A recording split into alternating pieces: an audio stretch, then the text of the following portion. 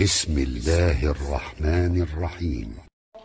يوصيكم الله في أولادكم للذكر مثل حظ الأنثيين، فإن كن نساء فوق 2 فلهن ثلثا ما ترك، وإن كانت واحدة فلها النصف، ولأبويه لكل واحد منهما السدس مما ترك إن كان له ولد، فإن لم يكن له ولد وورثه أبواه فلأمه الثلث، فإن كان له إخوة فلأمه السدس من بعد وصية يوصي بها أو دين. آباؤكم وأبناؤكم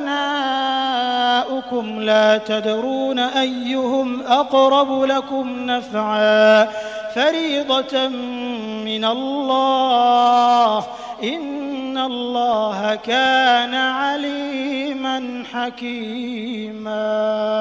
ولكم نصف ما ترك أزواجكم إن لم يكن لهن ولد، فإن كان لهن ولد فلكم الربع مما تركن من بعد وصية يوصين بها أو دين، ولهن الربع مما تركتم إن لم يكن لكم ولد، فإن كان لكم ولد فلهن الثمن مما تركتم من بعد وصية توصون بها أو دين.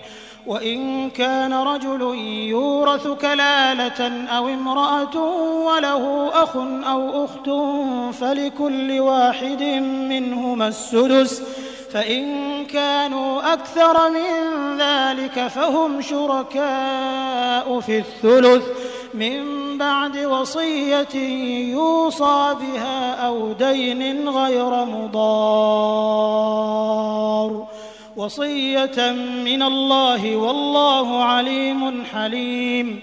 تلك حدود الله، ومن يطع الله ورسوله يدخله جنات تجري من تحتها الأنهار خالدين فيها، وذلك الفوز العظيم.